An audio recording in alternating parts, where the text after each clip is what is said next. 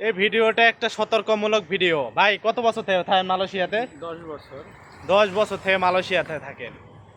এই 10 বছরে না হলেও তো প্রতি মাসেও 50,000 করেও টাকা দিছে। ভাই এখন পর্যন্ত কারো মন জোগান পারছেন? না, যতই টাকা দিই ততই লাগে। যত টাকা দেয় শতই লাগে। 10 বছরতে থাকে, আপনারা হিসাব করেন প্রতি মাসে যদি কম করে হলেও তো 1 লাখ কামাই হয়, যেহেতু 50,000 করে পাঠায়, তাহলে আপনারা একটু চিন্তা করেন প্রতি মাসে যদি 50,000 করেও দেয় 10 বছর আপনারা হিসাব করেন। এখন পর্যন্ত কারো মন জোগান পারলেন না।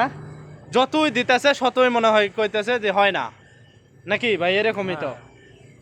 যারাই বিদেশ আসবেন, আসেন ভাই, আপনার কোনো অ্যাকাউন্ট আছে? না, আমার অ্যাকাউন্ট নাই। আপনি এই 10 বছরে কোনো টাকা পয়সা জমান নাই? না। সবই পরিবারের জন্য জীবন দিয়ে দিলেন, হ্যাঁ। বুঝছেন ভাই?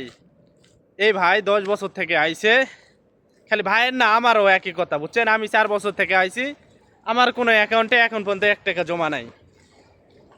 আমরা যারা এই প্রবাসের মাটিতে আছি সবাই চিন্তা করি, ঠিক আছে? পরিবারের আমরা চিন্তা করি যেন পরিবার যেন ভালো থাকে, ঠিক আছে? দিন শেষে ঘটনা হয়েছে কি, দিন শেষে আপনারা যতই ভালো করেন, ঠিক আছে, আপনি যদি এখন একটা বিপদে পড়েন তাহলে দেখবেন যে হর্ষ টাকা পয়সা ভালো মতন পাঠায় না, কি করে না করে বিদেশ সব টাকা নষ্ট করে, এই হয়েছে ঘটনা, বুঝছেন?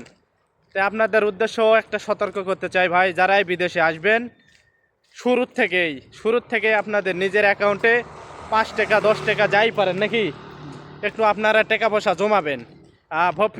ভবিষ্যতের জন্য আপনাদের ভালো হবে। এই ভাইয়া যদি 10 বছর থেকে আসে, যদি প্রতি মাসে যদি মালয়েশিয়ার 50 রিঙ্গিত জমাইতো, এখন না হলেও তো 5 লাখ টাকা খাড়া থাকতো, কথা বুঝছেন?